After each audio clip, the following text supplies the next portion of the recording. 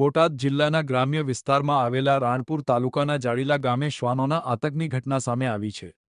ગામમાં રહેતા માલધારી ધનાભાઈ ચોહલા નામના પશુપાલકના વાડામાં રાત્રિ દરમિયાન શ્વાનોએ ઘૂસીને ઘેટા પર હુમલો કર્યો હતો. મળતી માહિતી મુજબ ધનાભાઈના વાડામાં આશરે 70 જેટલા ઘેટા બાંધવામાં આવ્યા હતા, જેમાંથી અંદાજે 40 ઘેટા પર શ્વાનોએ હુમલો કરી ગંભીર ઈજા પહોંચાડી હતી. ઘટનાની જાણ થતાં જ પશુ ચિકિત્સક, સરપંચ સહિત ગામના આગેવાનો ઘટના સ્થળે દોડી આવ્યા હતા અને ઈજાગ્રસ્ત ઘેટાની સારવાર હાથ ધરી હતી. માલધારી ધનાભાઈ ચોલાનું કહેવું છે કે આ ઘટનામાં તેમને લાખો રૂપિયાનું નુકસાન થયું છે. ગામમાં છેલ્લા કેટલાક સમયથી શ્વાનો આતંક વધતો જઈ રહ્યો હોવાનું પણ તેમણે જણાવ્યું હતું.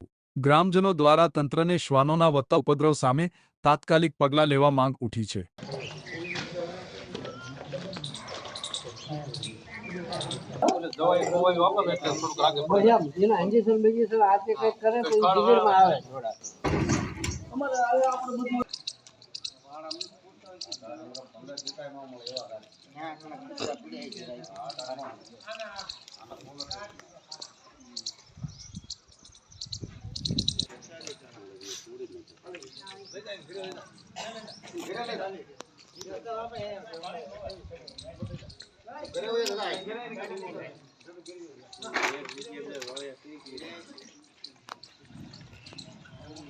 आज सवारे 8:30 कलाके जाड़ीला ग्राम पंचायत खाते सरपंच तथा पशुपालक द्वारा टेलिफोनिक सूचना મળેલ સ્થળ પર મુલાકાત લેતા શ્રી પશુપાલકના ઘરે એમના પર્સનલ વાડામાં 40 જેટલા ઘેટા મરેલી હાલતમાં જોવા મળે અને મોટાભાગના ઘેટાઓને ગળા, પીઠ તથા પેટના ભાગે ઇન્જરી કરવામાં આવેલ,